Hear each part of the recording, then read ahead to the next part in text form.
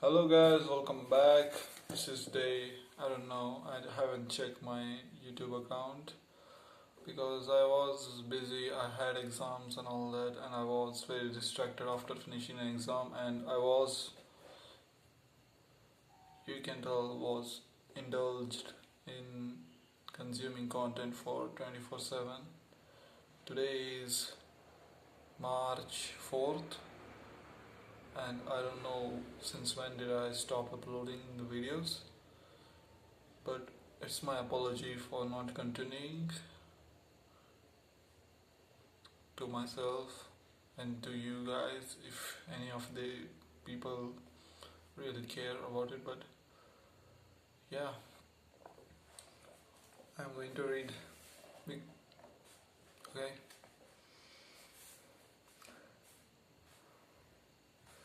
I propose an alternative to internet sabbath. Instead of scheduling the occasional break from distractions so you can focus, you should instead schedule the occasional break from focus to give it in to distraction. To make this suggestion more concrete, let's make the simplifying assumption that internet use is asynchronous. With seeking distracting stimuli, you can of course use the internet in a way that's focused and deep, but for a distraction addict, this is a difficult task. Similarly, let's consider working in the absence of internet to be asynchronous. With more focused work, you can of course find ways to be distracted without a network connection. But these tend to be easier to resist. With these rough categorization established, the strategy works as follows. Schedule in advance when you will use the internet and then avoid it altogether outside these times. I suggest that you keep a notepad near your computer at work. On this notepad, record the next time you are allowed to use the network until you arrive at that time. Absolutely no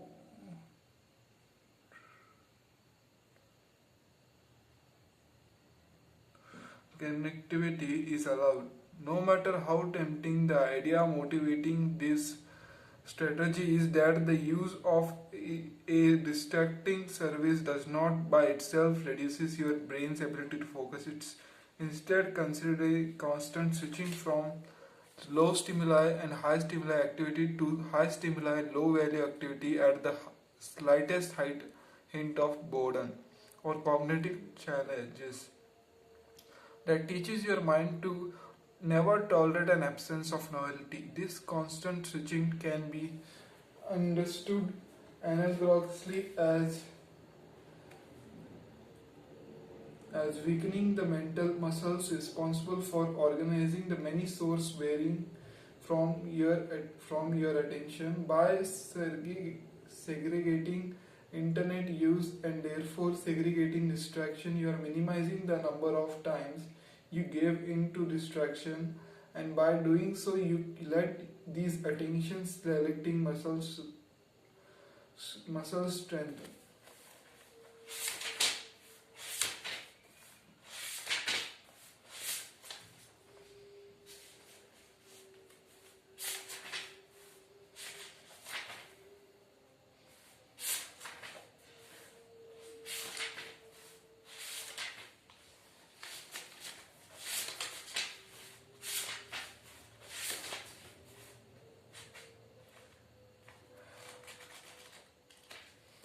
There is just too much to read and write. I'm not really able to focus on this stuff. It's a good book, right? But I don't really feel like, reading it to you guys, and, there's not really, like self improvement books are not really it used to be my type, right? Reading the self improvement book to develop yourself.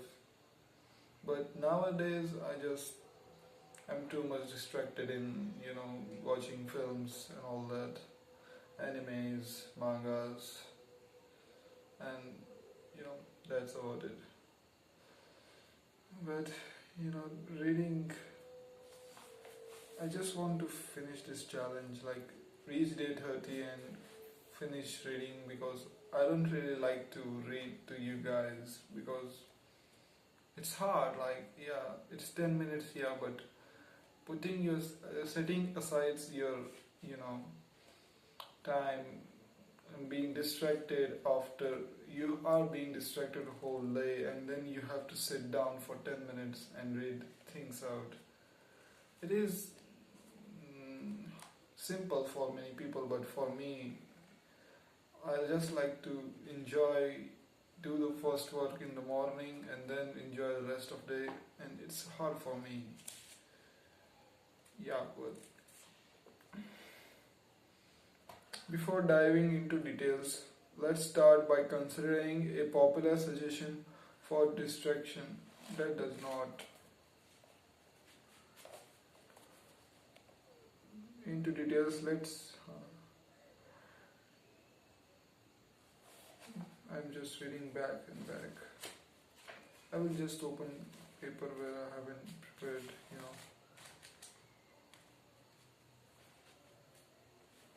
Let's just read the conclusion. The story of. I want to complete this book, right? But I would just not complete this, I guess.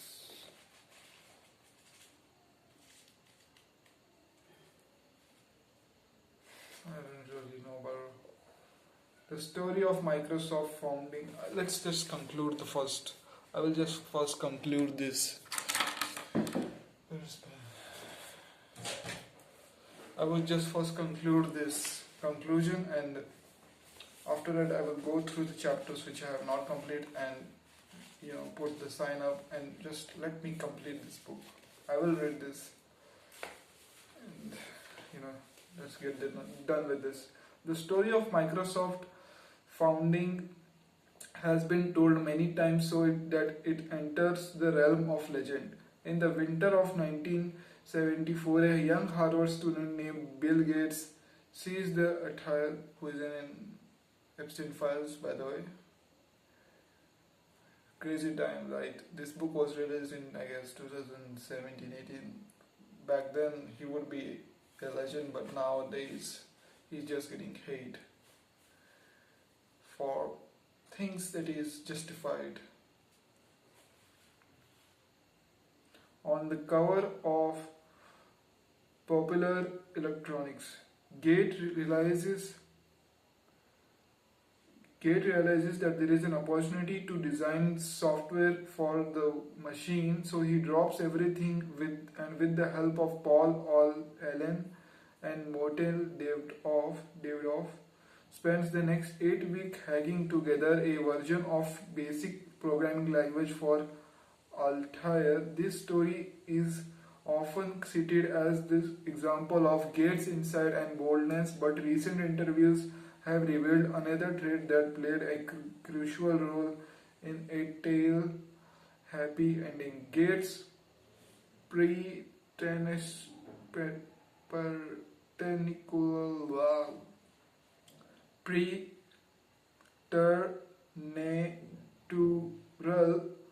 deep work ability. As Walter Isaacson explained in the 2013 article on the topic for the Harvard Gazette, Gate worked with such intensity for such lengths during the 2 month stretch that he would often collapse into the sleep on his keyboard in the middle of writing a line of code.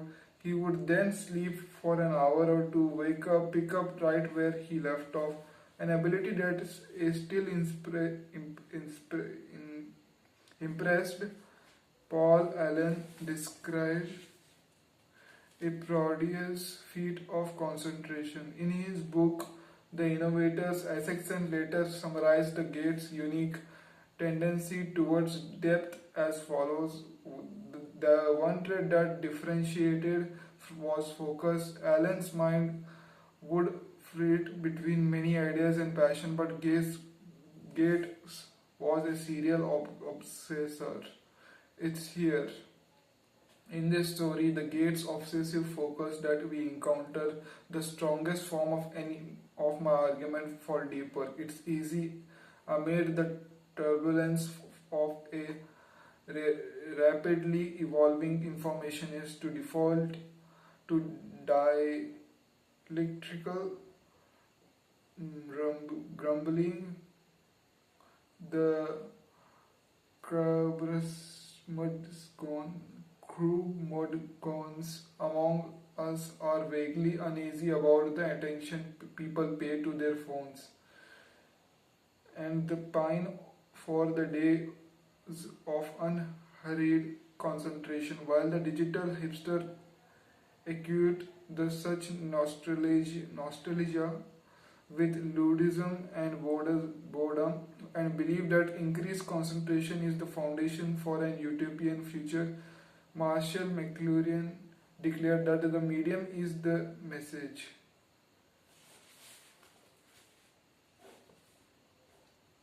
But our current conversation on this topic seems to imply the medium is morality.